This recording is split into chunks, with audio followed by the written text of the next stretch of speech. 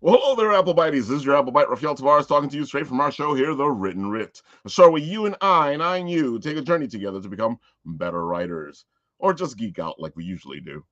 And today we have a great geek out for you. We have a plethora of things to cover and look at, and it's just going to be so beautiful. And don't you think so, Shadow? Yo, what's up, fam? How you doing, bro? It's gonna be one of those beautiful days here at the Written Writ. At the Written Writ, it is, man. It's a rough day here for the comic community, but yeah, we're here to talk about some better things. Lou Tram was a nice guy, and I am gonna miss him. Yep, here's to our boy Lou Tom Tram, Tramontano, passed last night, and pretty gutted about it, man. But it's to you, brother. Well, sometimes hanging out with good friends helps out. Indeed, it does, sir. And of course, we have not the intern, Mr. Nat, here. I just want to ask, did you really just toast with an Arizona? Dude, man, Arizona's hardcore. Oh, mine is wild turkey with some Coke. Yeah, you're just fine. This dude, yo.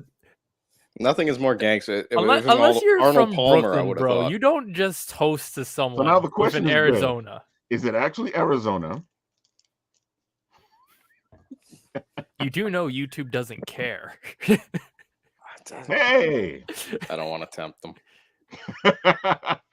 They'll probably be like, you saw that? He said, we don't care. We're going to care now. And of course, the man is Roman, and he's Tony. Hey, how's it going, everybody? What is up, bro? Hello, guys. What's good? What's good? I know we're all looking forward to WinterCon this weekend. A toast. Hold on. What are you toasting with? My mom watches this, so it's all soda. Hey, man, it's actually soda. This is Arizona. That's soda. The only one telling the truth here is Lou. No, this is insulting. Remind me not to die with you guys around me. Oh, man. I mean, we can't see through the avatar, but I assume you have one of those like beer mug hats with like 2 straws coming down, some 4 locos in it. No. Doing it right. No. What's the matter with kids these days? Come on. Dude, man. Oh, I see we got the oh, they're already there. There's Shen. Hey, guys. Glad to see you doing well tonight.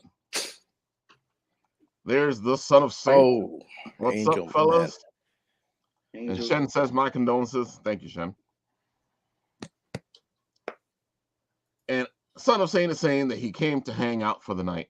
And of course, I want to, you guys have to see this because they released the card set for Son of Saint, and they're doing like a special event. It's and amazing. I think I got it here on the side. Hold on, let me look for it. I think I got it ready to go. Yeah, there it is.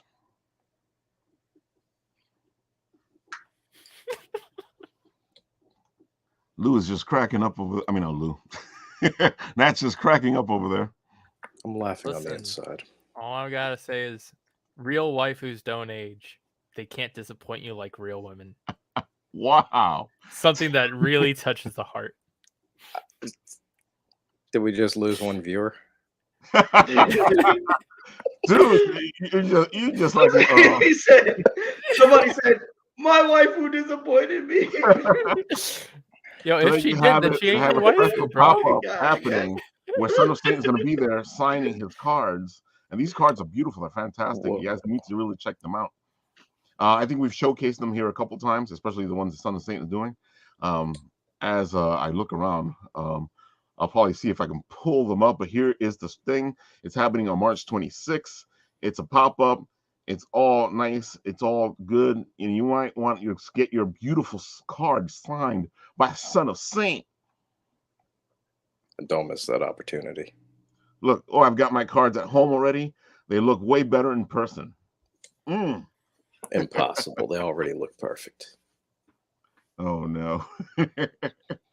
They go even further beyond. So with that, let us get to our first buddy, because he's going to be there with us at WinterCon. And wait, is Frank like disappeared on us over here? I should just pop him up because he's not there. There we go. Oh, okay. We got I wasn't gonna pop you up while you weren't there, Frank. He's like, no, I know. He's like, where'd it go? Where'd it go? So, dude, Frank, we're all gonna be at WinterCon this weekend, and you're gonna have your book there. And I want you to tell the audience a little bit about yourself, a little bit about your book. I'll put you up so they can see the cover. And go ahead, blow your spiel. Can you guys see it, or am I blocking? No, no, it's perfect. It actually looks better now than it did in the green room. Yeah, because I'm probably angling it better. So go ahead. Just heard a lot Tell better. everybody about your book. Tell them, well, we know where you're going to be. So give us the spiel. All right. So I wrote this many years ago, just messing around and doodling on those me notebooks that probably everybody had in high school, just doodling around. And I'm like, yeah, just wrote this. And I'm like, I came home and I used to work at hotels, and then I pretty much I could write something better. I watched 8 Heads in a Duffel Bag, which I totally hated. I thought it was terrible. It's a Joe Pesci movie, but still was bad. I remember that movie. And I was like, I could write something better. So my dad at that time, I was like early 20s. He's like, yeah, so why don't you? So really wrote it, a couple of changes here.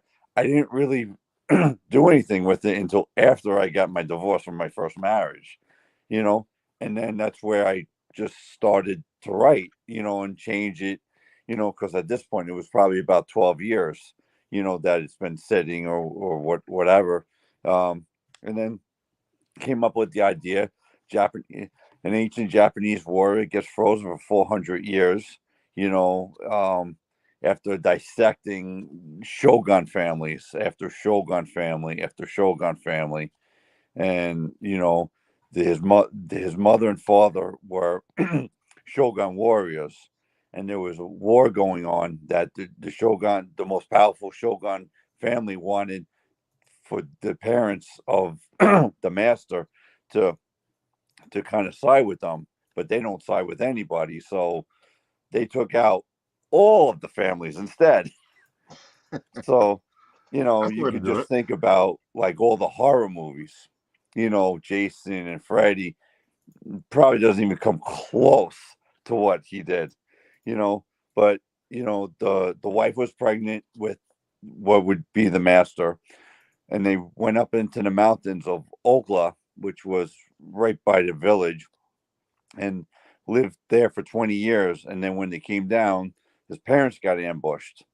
So got ambushed, and he comes down separate and pretty much saw that his parents were dissected. And, just an ancient Japanese warrior that just, you can't stop, and then ancient Japanese warrior froze him for 400 years, never wanted to kill him, but just never finished the spell. And then 400 years later, he wakes up in, what was put there as New Amsterdam, because that's what New York was, right. At that time. And wakes up and, causes all holy hell in New York. Why does every story have some evil dude that's always in New York? That's the way you got to go. Safe Well, if you can make it there, you can make it anywhere. Come on. Like they say, things are better or for worse in New York, right? Dude, man, you go to New York, you make it there, you can make it anywhere. That's what they say. That's what the song says. So, all the villains have to come here and go, I'm going to take the world over here. Because, everybody's represented here in the melting pot of the world. I seriously enjoy writing these. I could probably, if I wasn't working for a week, I could probably write them in a week. That's how quick I could write them. I write these stories quick. It's my first book that I ever published, even though it was independently, I never thought about ever publishing a book, never crossed my mind. Right. And then I just thought of the idea. I'm like, oh man, I could come up with a bunch of ideas. And which I did. I started more watching fantasy movies. Like I got a lot of interesting ideas from watching Lord of the Rings, and The That's true. Hobbit, which, is right up that alley, fantasy galore right up there, And I came up with a bunch of ideas, and then I'm like, I wanted to make my character, visible, by, attraction. So everybody knows Freddy and Jason and Chucky and Pinhead and everybody. So, what was different about, them that allured, Jason's got the hockey mask, Michael's got the rubber face, Right. Chucky's the doll. So you want to create some type of character that stands out, That's true. so a lot of people, are lured by covers, so they see a cool cover, they're going to walk over. People, when I did the cons, people didn't know who I was or what, and they see the cover and they were like, oh, what's this? What's this? So, right. So you're doing the first step, you're drawing people in, Exactly. and then you have to have enough writing on the back that intrigues them. So I give them enough, just like how I kind of gave you, the beginning of it, so you guys have an idea, and then and people, 9 out of 10 that I've gone to, people wind up buying it. So who doesn't want a book about a samurai battling through the world in a post-apocalyptic world?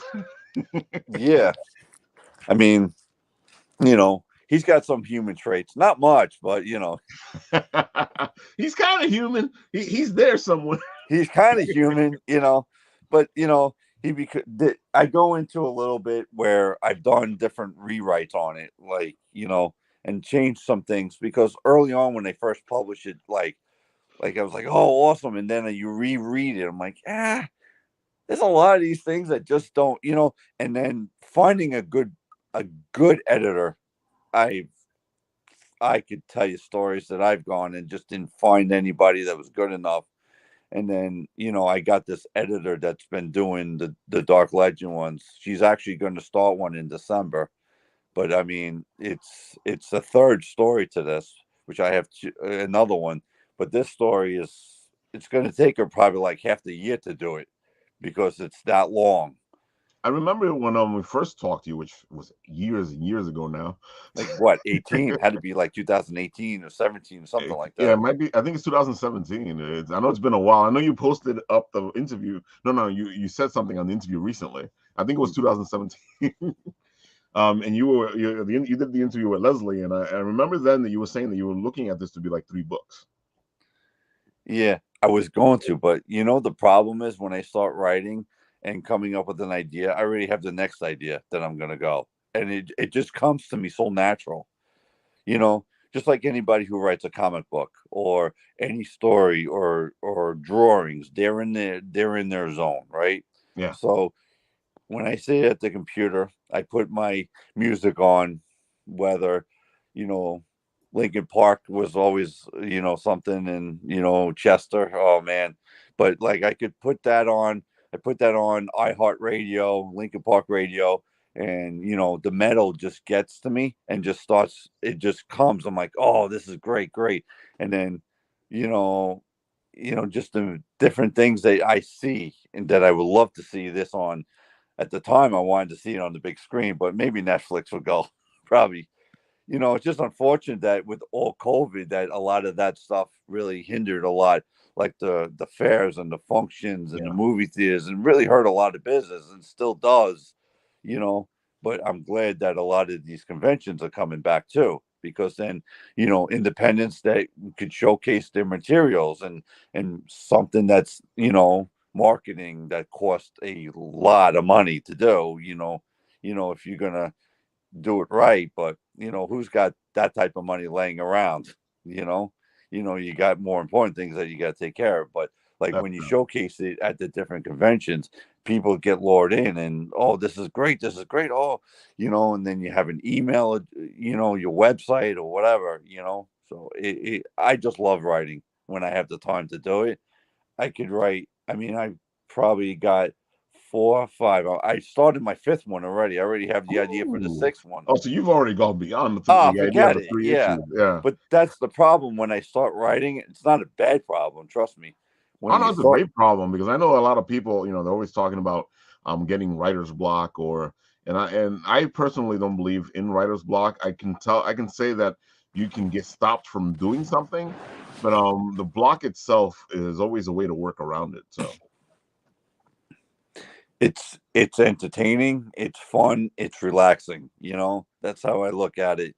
Whatever stress you have, you open up that laptop and just start writing, and off we go. I mean, I do try to branch out a few. Like sometimes I don't consistently write. With the Dark Legend, I'll do something else. I'll try. see, that's the trick, though. A lot of people think that once you start writing something, you need to stay writing that. No, But sometimes you dabble here and you dabble there, and because you're dabbling here and there, it actually helps you with your main story. Because sometimes because you're refreshing your mind with something else, you actually get an inspiration from that other piece that you're doing. oh, totally.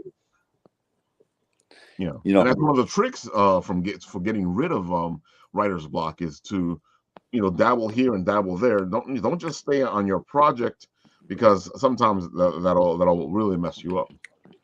It is, but you also have to know when to stop, because sometimes you just get burnt out. Yeah. I recently was writing something like you guys have seen the Jason Bourne series with Matt, right? Great movies, great books, and I kind of came up with an idea similar to that but different, and when you're writing that type of political or government, you have to actually know your stuff. You at least try. It helps that you have people in the family that were in militaries and stuff like that, or you just ask around. But like like it's a different genre, but it's also different way of thinking, where I could write the Dark Legend for probably 8-10 hours. That I can't tackle for 8-10 hours. I could probably do about 4 or 5 at best, but there's a flow to it, so you don't want to mess up that flow, and you're trying to connect this and everything together, make sure multiple characters connect to the story and everything, and you develop everything. But writing is a joy, it's a pleasure. I enjoy it when I have the time to do it, which is what the important thing is just to keep writing, to get yourself going, to let the totally. flow happen, to keep creating, because here at the Written Writ, that's what it's all about. We want to be creative, we want to have fun, we want to enjoy ourselves. It's also bringing the entertainment to people that haven't, are just tired of the same old stuff that's put out there, remake or like the movies are just remake after remake. You want to come up with different materials and different stories that people could be entertained, because at the end of the day, we might be writers, we might be artists, painters, drawers, whatever our jobs to do, to entertain people that want to be entertained. That is true. So we can say, salute you. Are you not entertained? I love that line. That's a great line. Good question. I think Ralph said that your story takes place in a post-apocalyptic world. So present time or another post-apocalyptic world? So like 3 weeks from now, or like exactly. Tomorrow when we all have to go to work. Exactly. Well, yeah. It's an apocalypse. Depends what you walk into or you don't walk into. It starts out in the 17th century, and then gradually through the story, through chapter 4 or 5, you find out that he's in current time New York City.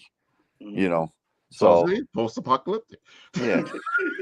Well, for him, he's old, man. I mean, he's got to have the gray beards. I mean, he's got to have the beard hanging down and stepping on it. People my telling God. him that he's pronouncing words wrong. I mean, it's difficult. Excuse me, do you have your vaccination card? What? Cuts their hand right off. I ain't getting no microchip. Nah, it doesn't even get that far. You know, he's like, "Do you have?" And then you hear that, and then you see the jaw, so he cuts it off. It's falling on the ground. It's like, oh, I can't finish that line. That would at least get you talked about, you know. Exactly. Yeah. I think we need a hero running around the city, samurai chopping heads. So anyway, that is not an endorsement of any sort of social unrest. We like to have fun. I don't know what you're talking about. My name's not anonymous. I can't even say the word. I keep looking up pitchforks on Amazon. It's like, would you also like V for Vendetta masks? Oh You know my what's God. weird? I keep feeling like I need to go buy some more Microsoft products. That's, I of hear course, that's how the world ends, man. I mean, yeah, Microsoft. Yeah, we love you Microsoft guys. is great. Bill Gates is a wonderful man. Yes, he is. Dudes. So let's bring He's our like a other big guest brother. in, Anyway. guys, because we're all talking fantasy, we're all talking beautiful things here. We're all talking D&D, and if you say we're not talking D&D, we're always talking D&D here. I got my Wu-Tang D20 right here. Look at that. We're ready to roll. Roll for initiative. Ready to rock. So here I got a 1. guys 16. That's really good. Shattermare Comics. What's up? What is up, gentlemen? Hey. Brian, like the backdrop. Yeah, man. Well, I was in Ooh. backstage and I heard you guys cheersing, so I ran and grabbed something from my shelf. I've got I've got Ernest. Ooh. Oh, It's invisible. Can't see it. you got That's total good, invisibility. That's how really good cool. it is. Oh, wow. But Dude, man, I figured if everyone was doing it, I might as well join in. So. Arnold Palmer is great. I don't know what you're talking about. Hey, I used to work for Arizona, so I can't hate on the RX energy you got over there. Arizona is a great brand. We didn't say it wasn't good. We said you just don't toast with it. It's okay. You They don't never work know for it. what's inside the Arizona bottle. So, Tune in guys, next week when Ralph starts sipping Capri Suns. Yeah, that would be Hashtag good. not What were sponsored. what were the plastic ones? You know, the ghetto ones you had to rip the top off of. I mean, are those? 25 cents. Yeah, man. Oh, yeah. Oh, I love those. I'll bring one of those next time. It'll be nice and glowing in the dark type of stuff. Oh, Hypnotic type of stuff. St. Patrick's is next week. We all got to drink St. Patrick's. Oh, so we need Oh, to get that's right. I glowing wasn't even glowing. thinking Well, about midnight. that. Well, midnight it'll be. It gets to that, start drinking. Half hour into it. It's nice to have an excuse. So, Matt, Yeah. Brian, Kyle, you guys have an idea that I love, which is you guys took a campaign and made it into a comic book. And I gotta say, I also love the first cover that I saw, which is the black cover with the puppet strings, and it's just amazing to me. And I was roaming through Facebook, as I often do, looking for people to talk to, and I was like, "Dude, oh wait, hold on, I'll put you Okay. up. This Call it is out, so. fantastic. Yeah, that's Oh, an look how awesome beautiful that cover, is. man. Oh, Do you have the, It's so do you have the clean. version That is of the awesome. background? That's really nice. Somewhere in here. That's a cover by at the very minimum. oh, yeah. I saw the cover and I was like, I want it. And then I saw what it was about and I was like, I want it even more. Oh, there's a good story behind it. Oof. Shoo. That's all I need is a good story. Take that money. You even got Son of Saint over here going, dope. And that's a man who knows. Yeah, man. Oh, Vincent's here. Hey, Vincent. Hey, Vincent, how you doing? I was just talking to Vincent behind the scenes before, and we're working on something, and I want to go check out what he has to show me. And I will talk to you soon. And we will have Vincent on the show. All right. So, Nice. guys, tell everybody, whichever way you want to go, what you guys want to pick, who's going to choose, what you're going to do. Tell everybody what you guys did with this, who your company is. Tell them all the good things that they need to hear. Okay. Well, yeah, I'll go. Whatever. So we we had this group, D&D players. There's like 3 or 4 of us, and the publishing company actually kind of sprang up from the book idea because we wanted to do Hardly Heroes, and we just decided, well, we might as well do everything independently ourselves. But now it's going, like, our launch of issue 1 is pretty successful. So we brought on my friend Matt, who's to my right or left. too much Hemingway rum.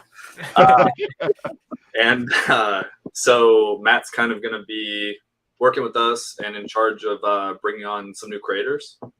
So not only are we going to have Hardly Heroes, but we're going to try to expand and bring on more creators as well. Yeah, I hear you guys are already working on a sci-fi type of story. Yeah, we're talking to a local guy, kind of developing something with him. So I don't want to say 100% yet, just because we're still working out the kinks and negotiating the boring stuff. Yeah. So far, though, he's fascinating. He's just got so much energy and lots of ideas, and he's going to be a joy to work with if we can pull him in. Yep, exactly. Is his story also based on an RP game? So he is doing an anthology of 3 stories, and they're kind of future sci-fi, kind of I want to say horror genre, but I haven't even finished reading through all the scripts yet, so I can't say too much on it yet. But he's got some good chops.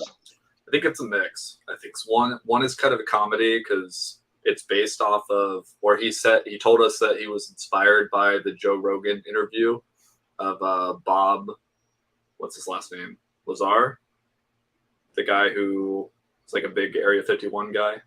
Okay, yeah. So there's that, and then I think one is horror and one's somewhere in the middle. So, but this is all fresh. This is still very green, and he's only the most recent person that we've talked to. We've talked to some other people who've been in the industry a bit longer, that already have their own connections, already have their own colorists or artists or whomever. So we've talked to a number of different people, just kind of fleshing them out, and we're really excited to definitely work on our main project here. Is still Hardly Heroes. We just started issue 1 last month. Issue 2 drops today, I think. And fresh off the printers. Oh yeah, I haven't even got my hands on an issue 2 yet. So, but we all kind of wear a lot of hats with just 4 of us. We're all editors. We're all salespeople. We're all contributors here to the story. I myself, I'm not in the campaign. I don't live local to those guys. It's a local group. I haven't lived in Jacksonville, Florida for a number of years now, but I'm up here in North Carolina, so we're sort of, wherever I go, I sort of spread our seed as well. We're spreading our seed. Yep. That's what we guys do. I mean, yeah, I got it. Boo. Kyle, do you want to talk about a little bit of background about Hardly Heroes? Sure, yeah. So I mean, we started this based on our Dungeons and Dragons campaign, as we were talking about. Started the campaign about like 4 years ago.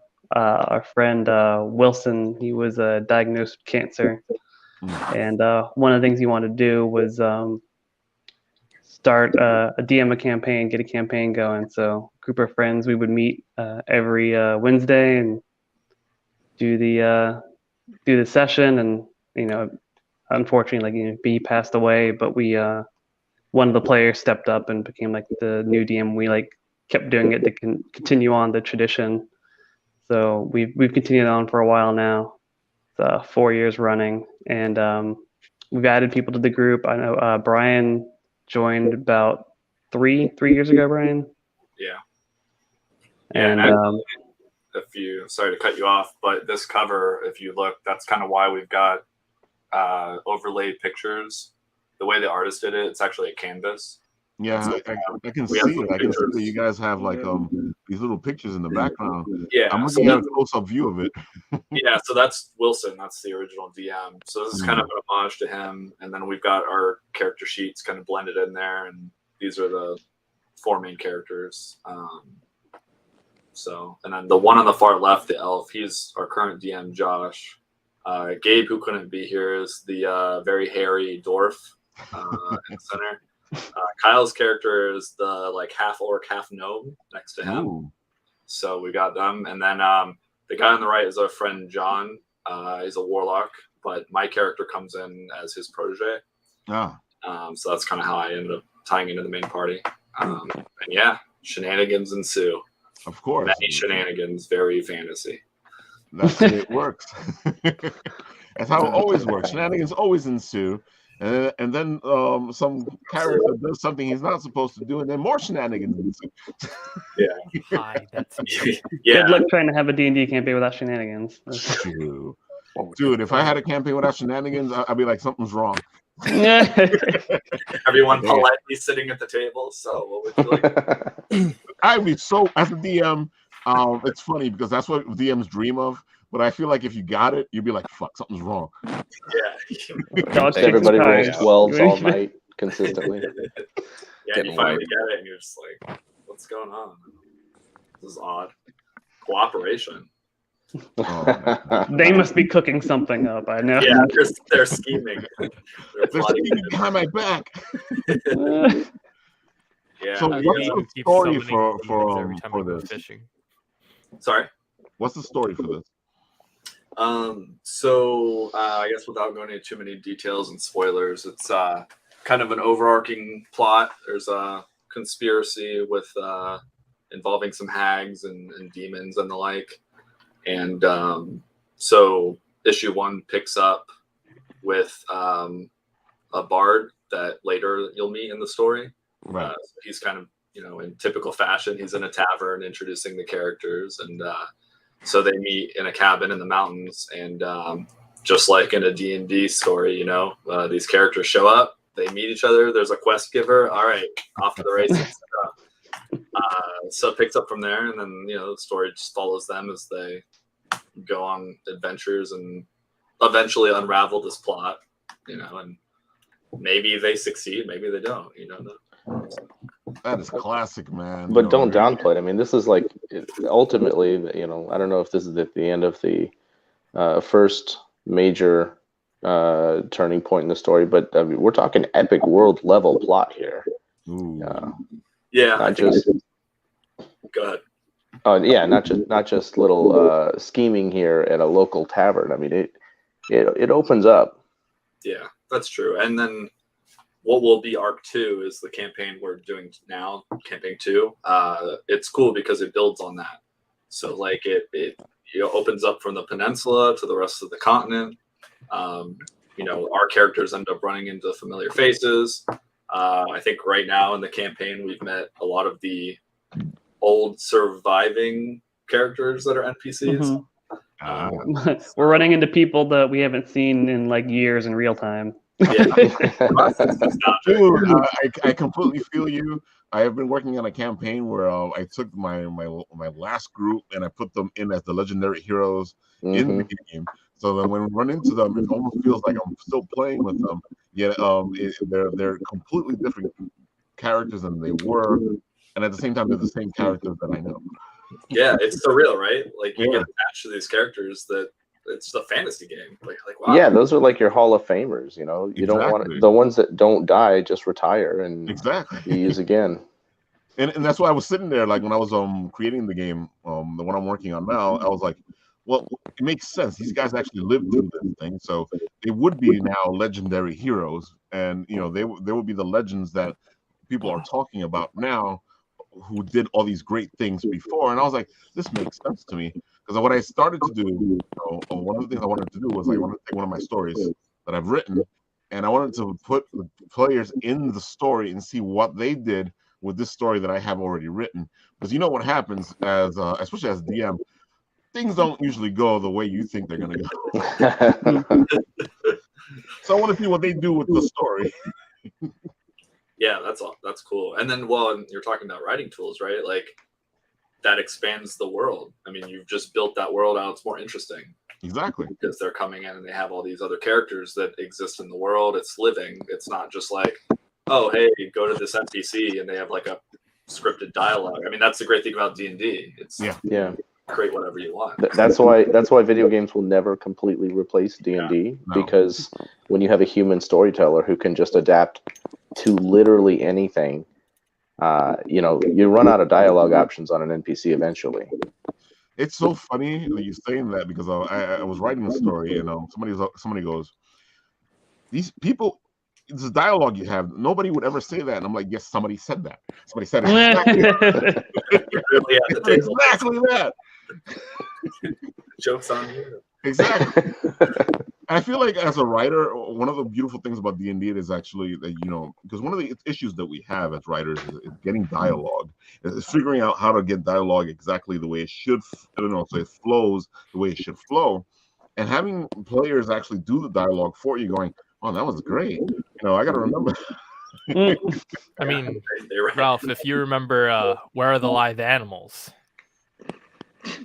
When I had to explain it. So, at one point in time, I worked at a zoo. And while working at the zoo, I would have people come up to me and ask me, where are the live animals? Wait, at a zoo? That's what they would ask them. Yeah. Were they just far away? Like, were they lost? No. Like, I don't understand here. I was stationed at the That's how they middle fed of the zoo. lions. They just I was let at the them in. middle of the zoo, and they would come up and ask, where are the live animals? Hey, Marin. Good morning. Look at that. We got somebody from Germany. Guten Tag. Dude, and that's exactly what I'm talking about. And people would tell me, people don't say this stuff. I'm like, they say it. Oh my God. And you know, speaking of writing, speaking of D&D, and I know as writers, it's an amazing thing to see this come to life, because it's the story you've created, and then you're seeing it turn into something else. Yep, exactly. Yeah, I mean, and to your point, I think Kyle's writing style, he finds a good balance. He strikes a good balance between, well, interrupt me if you want to correct me, but I don't. He strikes a good balance between, like you said, what the characters would say. So you still have the, I don't want to say meta jokes, but it's meta to us because we play D&D. But they're still in that world, and people in that world will still treat them accordingly, even if they kind of talk like players. So you get a little bit of both, right? Which is kind of the comedy of it. So I think he does a great job of that. So whether you play D&D or not, you can still read the story. You'll still get it. Hopefully, it's still a good story. Fingers crossed, I'm just kidding. Yeah, you just get more. You get more of the story if you play tabletop games, I would say. Yeah, you want to keep the D&D feel to it and stay true to that, but also keep it where someone, you know, maybe not is super familiar with that, still is able to, you know, read it and enjoy it. Well, we didn't want the whole thing to just be reliant on memes and of D&D and like have the whole thing just be an inside joke. I mean, it's still a good story from start to finish. Thank you. I'm happy she showed up for like a second. At least we had a viewer from Germany. Yeah, what time is Germany? That was fantastic. She has a great book out there. Hers is about this little cat that comes to New York and visits, you know, and she has these adventures called Mimi. So guys, you know, like you're saying, I just, you know, it's funny because it's so great with D&D, especially as a DM when you're creating the world. You know, you sit there and you create this, and you know what's going on. And I agree with you where you're writing the story, you're giving people a little bit of you know, the info for D&D. At the same time, it's a story that's happening. So you know, it's a great balance, especially as a writer, to be able to take the story, give the story itself, give the little side views on the side, and you know, and give everybody a fun time. Yeah, exactly. and it's a collaborative story too. So for us, I mean, as long as we take good notes, I mean, the story, we all wrote the story already. Exactly. So now it's just a matter of how do we piece this together so it's a well-paced story as opposed to like 16 issues of characters shopping in town before they leave. Here's the fuller story where the characters go shopping for their new weapons. Yeah, people don't give that enough credit. That would be a good book. I mean, I think we had an entire session once where it was just us arguing about what we're going to do. Oh, absolutely. No, not just those. Those tie-in books are big. Yep, those are all our spin-offs. Shopping and extravaganza. So for the artwork on it, do you guys work? Do you have one artist currently? So we condition out pretty much a full team. So we've got our main artist who does pencils and inks. He actually did that cover. Yeah, the work is beautiful. It's really nice. I meant to say that. That's really nice cover. Yeah, he's really talented. Really. Glad we met him. Now he's in Russia. Yeah. So we'll see how that works. And going. Well, good luck with that. Yeah. My artist is actually from Bulgaria, so she's not that far. Yeah, they're dealing with all the fallout out there too. So, yeah. Which, I mean, it is what it is. I mean, it sucks for everybody. But yeah, I mean, he does great interior art and covers. And then so that's a variant cover by artist named Jason Metcalf, who does, he does, I think, mostly Marvel stuff, but he throws a bone to some indie guys like us every now and then. So the name sounded familiar. Yeah, that's awesome. Yeah. I really like that. I like how the colors and how everything was. It's really nice cover. Yeah, he works with his own colorist as well. So it's top notch. This all of these artists that we how much direction do you give them? Like, are you surprised? Like, you give them kind of a general idea what you want, and then you see what your characters looked like when you're done. So for the variant artists, we don't give them a whole lot. We basically give them an outline. So like for this one, for example, we told Jason, all right, we want the monster. You know what I mean? Like we think this will be a very awesome cover. And he actually came up with the idea of why don't I have, he showed us like an homage. And he said, okay, well, I'll draw these two main characters in. And we're just like, yeah, that looks awesome. And then the only thing we really added was, like we said, maybe it'd be cool if he's dripping acid onto the rock. And, and then when the colors came back, we wanted a little more like an ominous feeling to it. Yeah, ominous. Yeah. And so we just told him to change the background sky color. Other than that, I mean, these guys are really talented and really detailed. So yeah, it's fantastic. That is beautiful, man. It's so funny that I'm looking at this, and I figured that if you guys did a metal cover, this would look fantastic. Ooh, yeah. So that's a nice idea. Well, do you know any metal work guys that we need to talk to? I don't. If they're around, man, you can get it done. Yeah, that'll be coming down the pipeline. I like the drawing with the puppet strings too. That was really cool. It's fantastic. We were talking about that in the green room. How that cover is just like calls to me, and you know, like we were saying there, it's like it's the simple cover. Yet you guys are getting so much buzz on it, right? Yeah, it's between that and the Jason Metcalf variants. I think are people's favorites. So yeah, I'm gonna always remember the first time I saw that cover just get put onto a comic book shop's wall. Like I delivered the books over there, and I stuck around for a little while just to chat. And you know, he walked over there on this and put the book out there. This is issue 1. This is our issue 1, and I got to go watch it go on the wall for the first time. And it just fit right in. You know, it was great. When did this come out?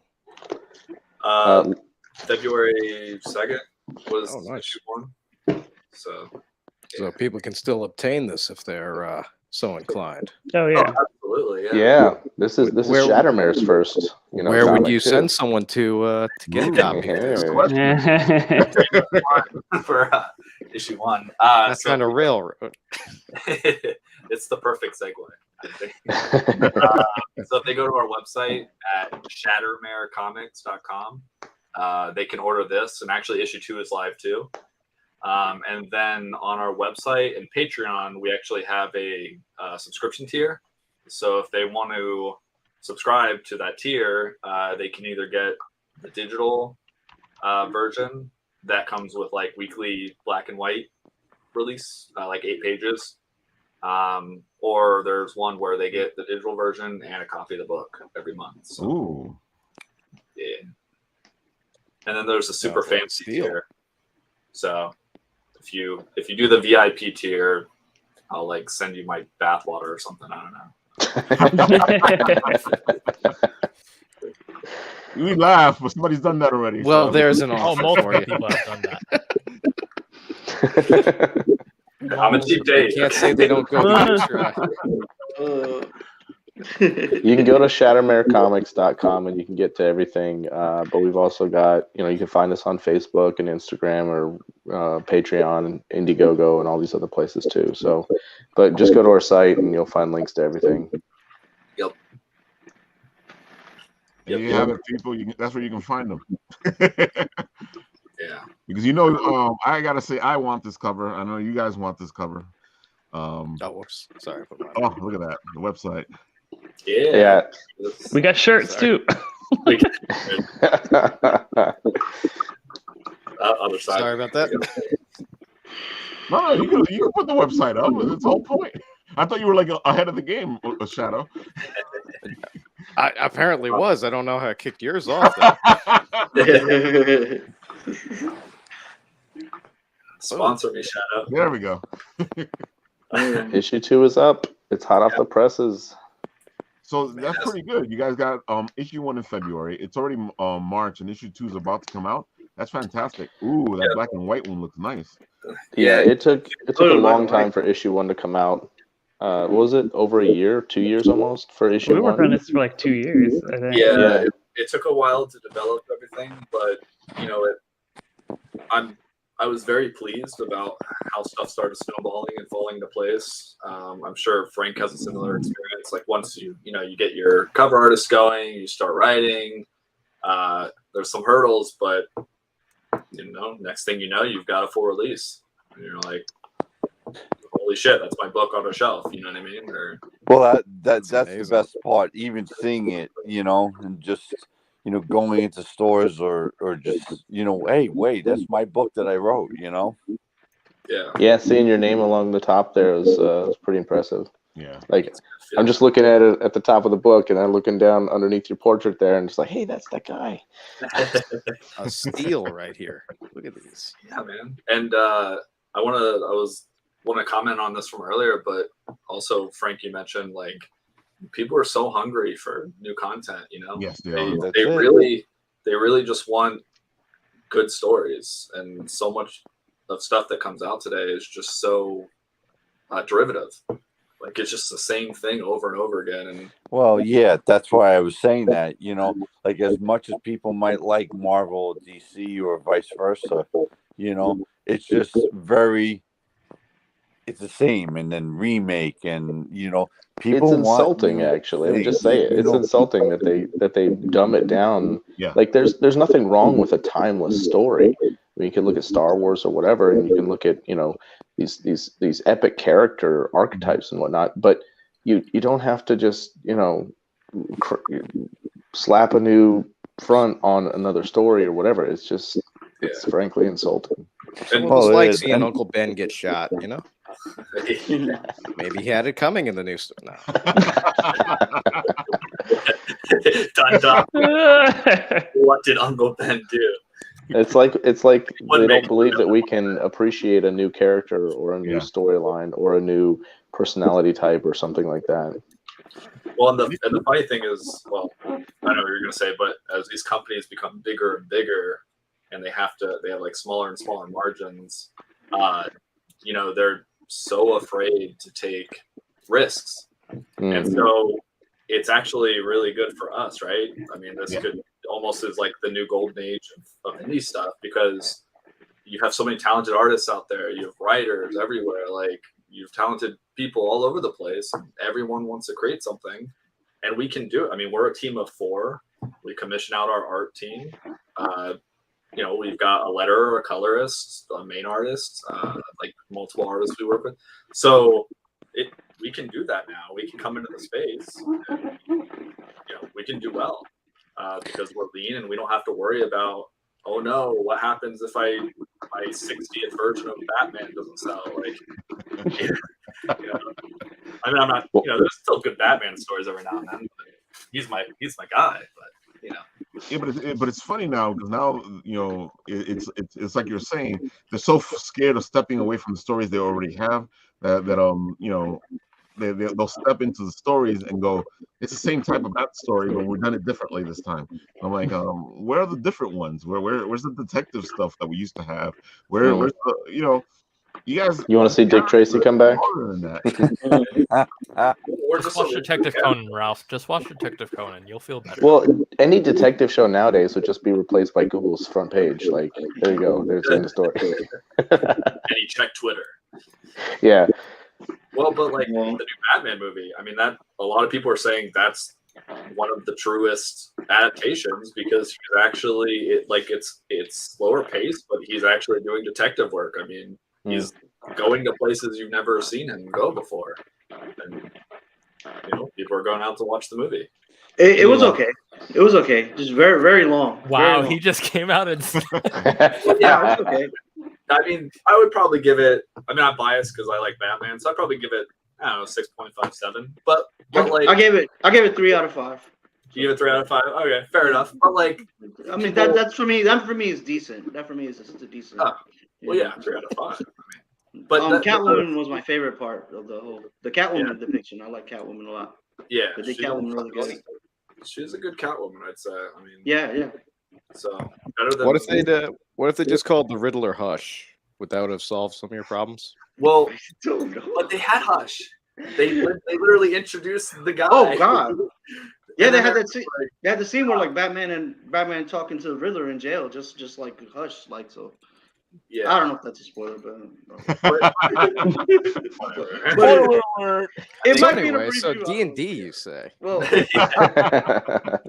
well, Hush is like 20 years old. There you go. So, yeah, that is true. If you haven't read Hush by now, yeah. But there's a market for that, you know. I mean, like people want those kind of stories, and even if it's not a perfect adaptation, like I think it's a step in the right direction at least. Yeah. Oh yeah. So yeah. And like you're saying, that's what gives the indies so much freedom right now, is because, you know, even slightly stepping out of line and, you know, Marvel or DC, I mean, is a big to do. But I mean, you guys, there's a whole ocean out there you guys can swim in.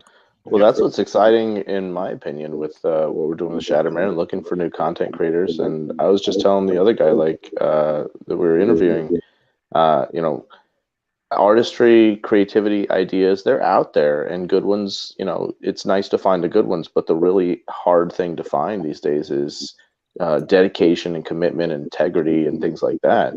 When you find somebody like that, you hold on and you don't let go. I'm glad you guys rolled high constitution, you know.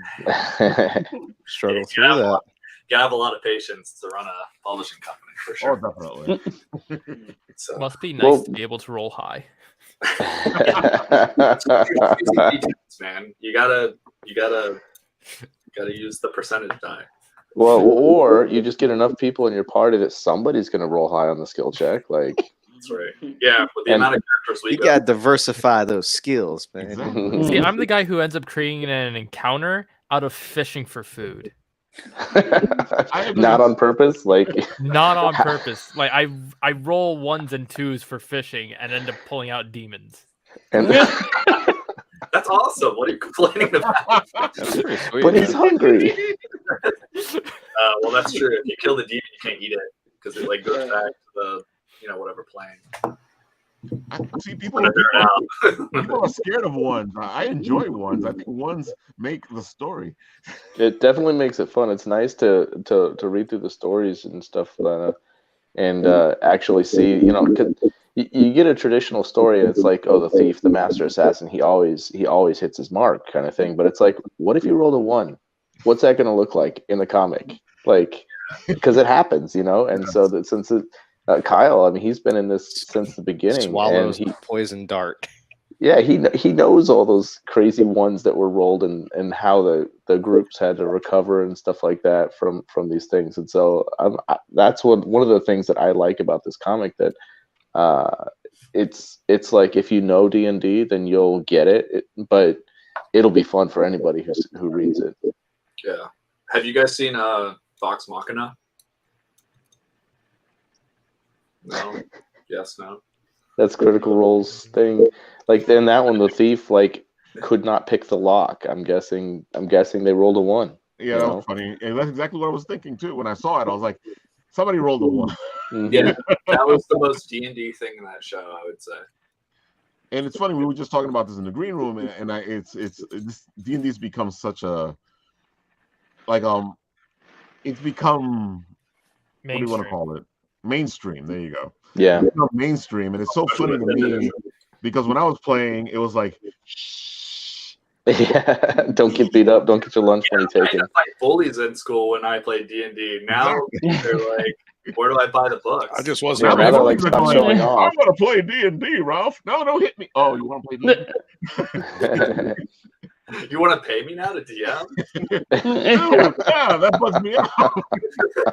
Ralph, I know you play D&D. Can we like pay you to do a game for us? I'm like, wait, Yeah. who? What? And then you're like, $500. You want to talk about thin margins, though. I mean, let me tell you, that's a hard one to make work. Like paying your DM. Yeah. Yeah. It's so funny, but there's so many people getting paid to DM now. Yeah, it's a good I know. We've done this. We've paid a guy just for a while, but like, he wasn't making enough money to make it a job. He was just doing something he loved and recouping a little bit on the side. Yeah, but do you also have the ability to bribe the DM? Like, right? Yeah, take some bribes. We did try that with like with a $5 bill remember? on the side of one page. I literally tried that with one of our paid DMs. Like, he was getting pennies on the dollar too. Matt's over here tipping the guy. Like, maybe I'll get a rare item instead of. I can see just now. wanted him to listen. 1. I don't see a 1. I see a 1 bill. It takes your money and just. Do I hear Excalibur's in anyway. the chest? Is Excalibur in here? We call those microtransactions. Thank you very much. Oh no! Hey, don't say that. EA is gonna end up buying the D&D books. Oh yeah, that's 21st century solutions right there. You know. Yeah, dude, man, it is true. It's a microtransaction. Wow, I didn't think about that. Legendary sword. EA just announced they're purchasing. Don't let them hear that. Just well, that's how Twitch works, basically. You're gonna need to get the special book. Well, they've been doing loot boxes since before it was cool. Yeah, so let's just get that out of the way. It's pretty cool in the metaverse. Oh yeah. I make fun of meta, but as soon as you can get right into your campaign, that's going to be pretty sweet, right? I would love to think that it would be great in the metaverse, but have you used Roll20 before? I'd be like, yeah, fair enough. Wait. Just wait 10 minutes while I get the tokens ready for you. Like 10 minutes later, like a guy just like zooms right by you. That was it. Oh shit! Started back.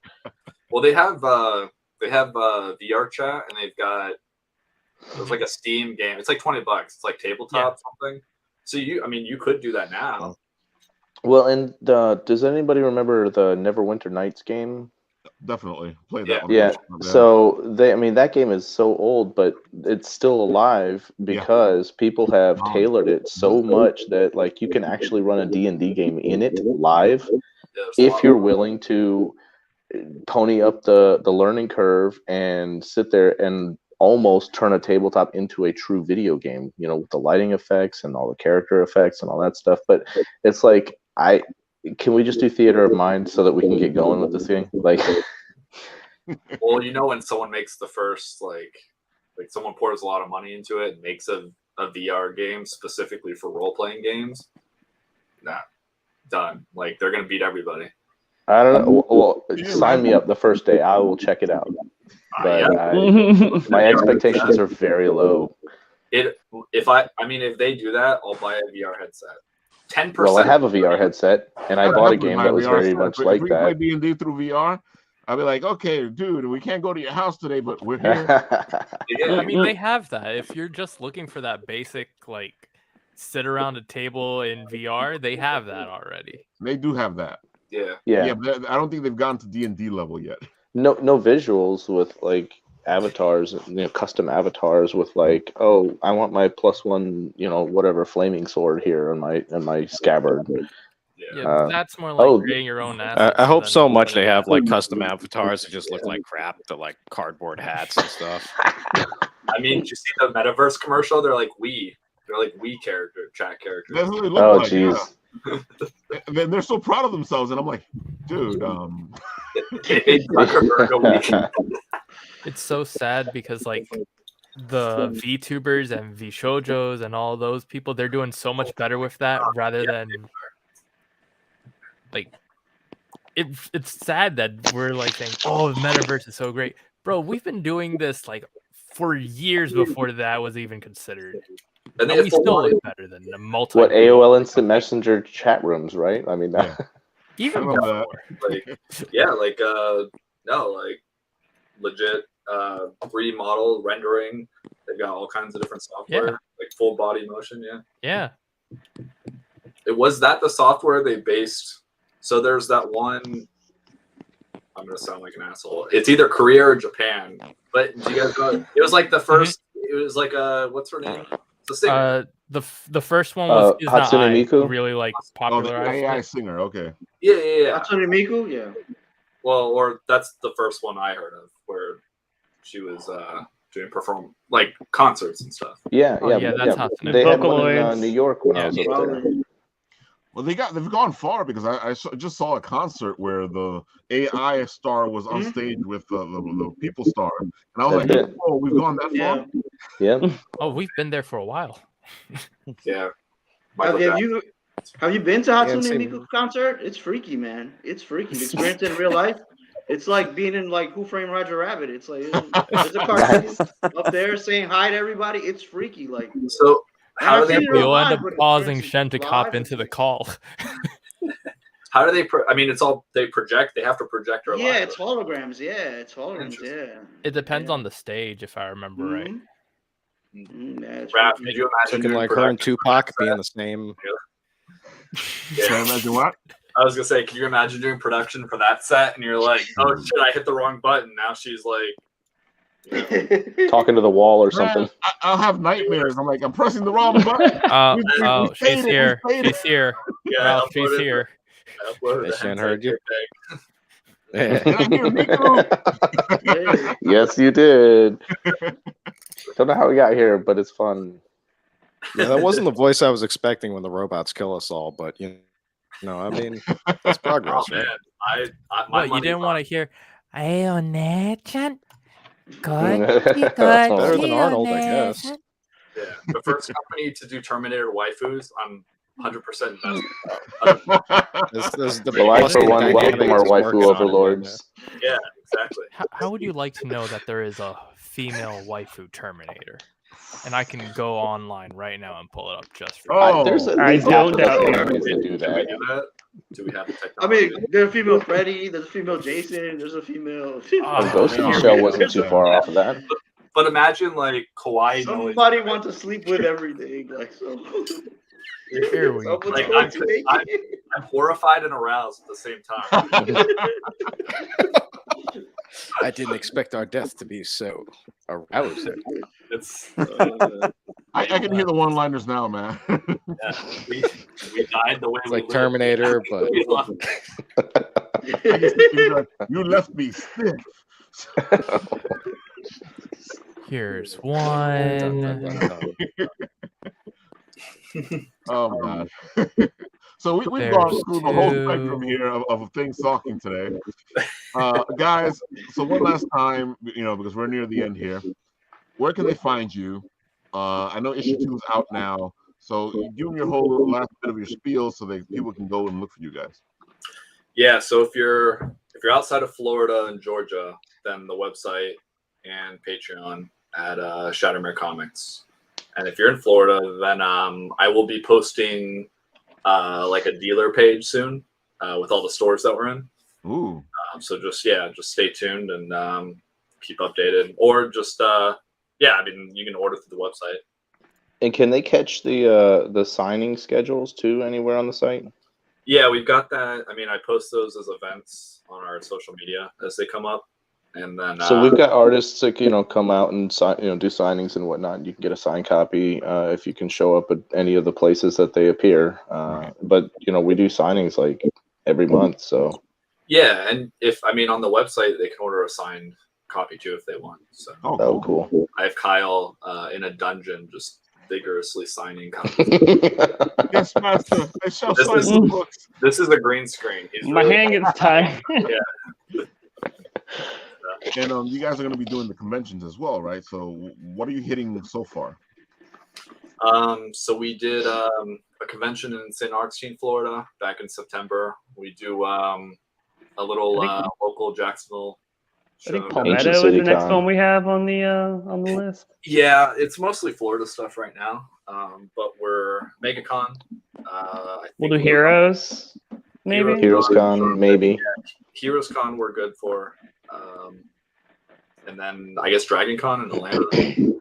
So, but yeah, our goal is to make it to Dragon Con, so we might see you there. You guys making a nice. We should split a hotel so it's not $3,000.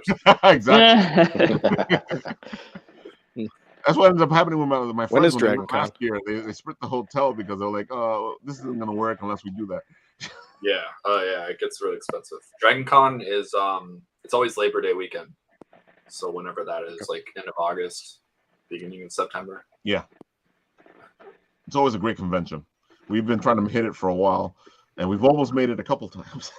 Yeah, it's awesome. I mean, the last couple of years they were doing virtual stuff.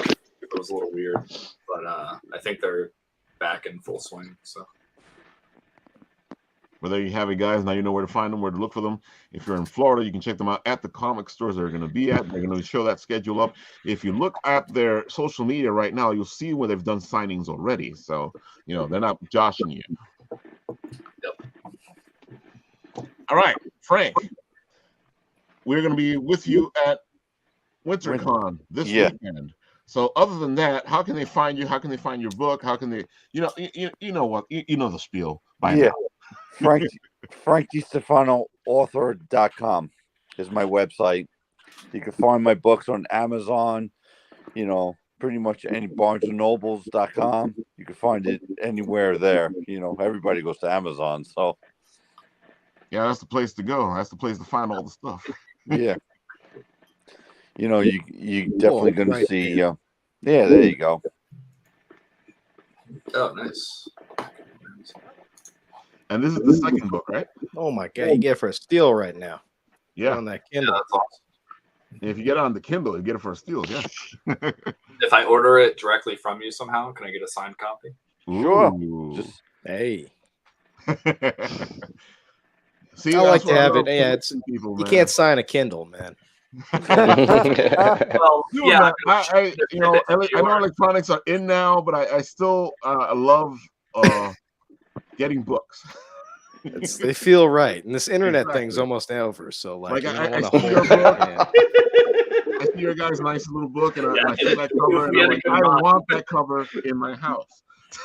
Yeah, man. I'm definitely going to be updating my website too, just to show what cons I'm going to be doing, local and out of state as well.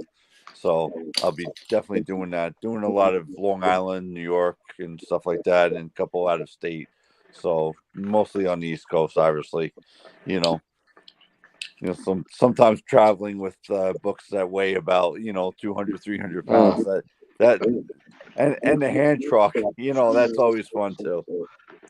Yeah, the convention scene is a beautiful thing. It's a lot of work. I've worked behind the scenes. I've worked in front of the scenes. I've worked the media scene. And each one is really, really different. And you wouldn't think that. Yeah, But they it's are. a lot of fun. That's the one thing that always is, especially they are fun, but it's work that everybody likes to do. Exactly. That's what I was to say. When you're standing around that table, which is what we like to feel here on the show, it's like we're discussing things as you stand at the convention table, because that conversation is always interesting. It's true. There's a lot of good energy at the con. Yeah, it's also trying to get the word of mouth around too. You know, it feels what I can only imagine, like a band just going on tour for like a year. I mean, it's just constant on the road, just putting yourself out there all the time, being there on the scene. We have friends that have a schedule, and they go all around the country just going to conventions. Yep. Yeah, I was talking to a friend the other day, and he's like, "Oh, so you're like a band?" Like, well, yeah, but I get less beer thrown at me. So, hey man, let's load up the van. We can do this. There you go, man. WinterCon is this weekend, the 12th and the 13th. We shall be there with It Came From the Radio and the Kate Fox Show. So look for us as you roam around WinterCon, checking out your cosplay and your comic books and all your geekeries. And we got some friends there too, I think. Oh yeah, we got a couple of tables there.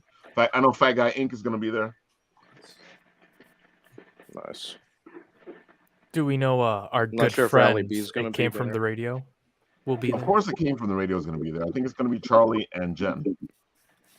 And I believe they have a live show as well, don't they? Of course, it's every Wednesday. It Came From the Radio. And of course, today they had the live show at 7 o'clock. Yeah. Today as in today, March 10th. Exactly. You can tell we've done this too long. So guys, what's your last word? What do you guys want to leave our audience with? You know, you guys can start off, Matt, Brian, Kyle. You go first. Let's see where you want to go. Whichever one of you wants to go first. Not everybody wants to, right?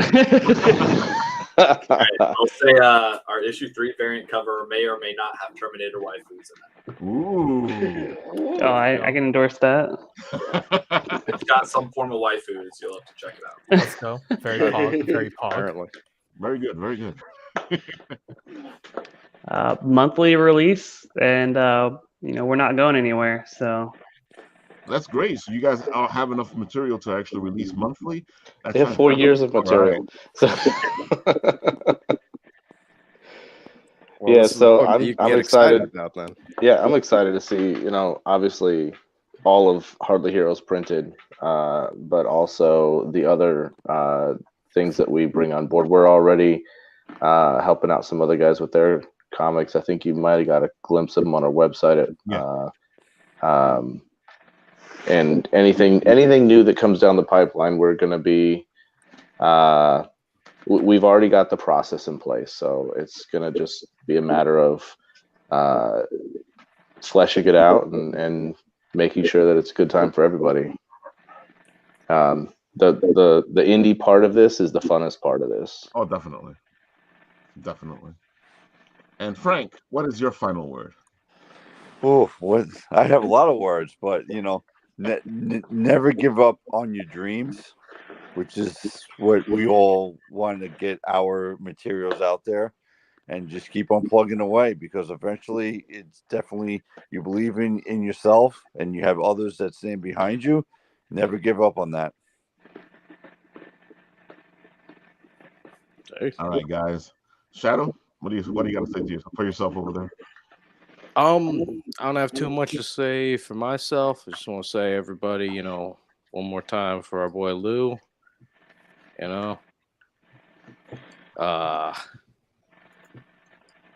Yeah, heartbroken. See you on the other side, bro. Wow, he looks, dude, man. I'm still amazed at this piece you did. It looks just like him. Man. And I'll put up stuff about his. Someone made a GoFundMe for him, so I'll put that up if it's legit. Yeah, just make sure, and we'll put it up too. So Tony, I know you saw the Batman, as we heard. Yeah. And I know you wanted to say something about Peacemaker, so go. Oh, Peacemaker's awesome. You do want to taste it. Peacemaker rule. Peacemaker rule. I like more fantastic stuff, so Peacemaker is more my alley. Like I like when things like where it's things that can't happen in reality, they're more fun, and I like stuff like that. Like I gravitate more to that. So I love Peacemaker. Batman was good too, though. It was it was a good detective story. It was pretty good too. It was interesting. So Batman was good too. So pretty good time for I don't hardly ever say nice things about DC, so this is a pretty good time. That's what pretty good time to be DC now. You guys don't know this, but that's Marvel Boy down there, and if he's actually watching DC products, I'm like, whoa, I gotta see this. The truth comes out. Yeah, Young Justice season 3 was good too. That was good too. Yeah. So Suicide Squad by James Gunn. Yeah. So all right, MFK, the Batman, Peacemaker, or Snyderverse? Ooh. No, Peacemaker, dude. Come on. I love Peacemaker. What was the first choice? The Batman. The Batman. I haven't seen Peacemaker, so I'm gonna say the Batman. Yeah. You gotta see Peacemaker. You gotta see Peacemaker, man. Awesome. Yeah. I've heard mixed. Like some people hate it, some people. Oh yeah, it's a show like that. Oh yeah, some people will hate it. Some people. Oh yeah, you're either gonna like it or you're gonna hate it. It's a show like that. Yeah. All right. Check it out. Oh, I want your guys' opinion on the Teen Titans show on HBO Max. Have you guys seen that? Yeah, I like the Teen Titans show. I know a lot of people don't like it, but I actually like it. So I liked it. Yeah. Okay, I heard it like stumbles the first season or two, and then it actually picks up and gets pretty good. I feel like it depends on what you like, what you're looking for. I feel like a lot of people wanted to see the Teen Titans the way they know them instead of what they're doing. Yeah, it's not. Yeah, it's a different take on it. But if you can accept that all these movies are not going to be, the Marvel Cinematic Universe, it's all DC taking different takes on stuff, then you can have fun with it. Like I said before, they lost me with the promo. The promo was Dick Grayson saying "F Batman." I was like, nah, I'm sorry. That's like he didn't say F Batman. He said the real thing. F Batman. Like, nah. That's a bold move. Oh, he says it right in the show. He says it. He says it. Yeah. Yeah. It's an adult themed show. Yeah. So, dudes, Vincent had to go. He said, check out his show, the Sci-Fi Ninja Theater, on YouTube and the B-Movie TV channel on Roku. You guys got to check out Vincent's show. It's fantastic. Do yourself a favor. Okay. And Nathaniel. Sí, señor. ¿Qué pasó? Do your thing. Okay, so thank you all for coming tonight. And just remember that us here at the Bit and Apple also have another show on Mondays at 7:30 p.m.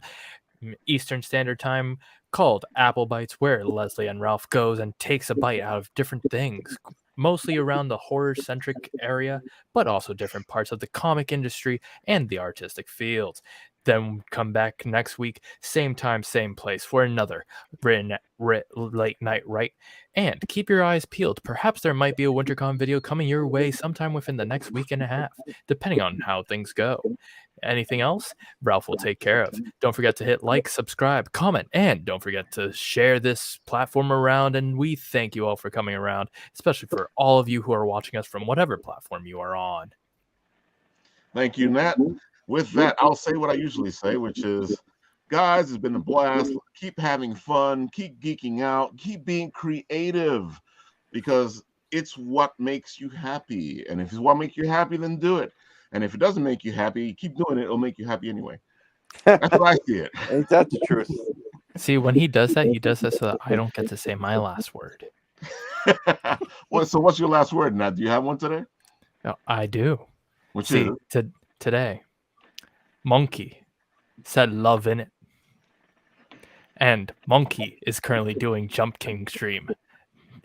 Revenge of the Babe. And if I had control of the Twitch, I would have us all just go straight there right now. But instead, you have control. So you end it. We'll see you there. So guys, as always, I'll do what I always do. I'll look over here at the button, press it.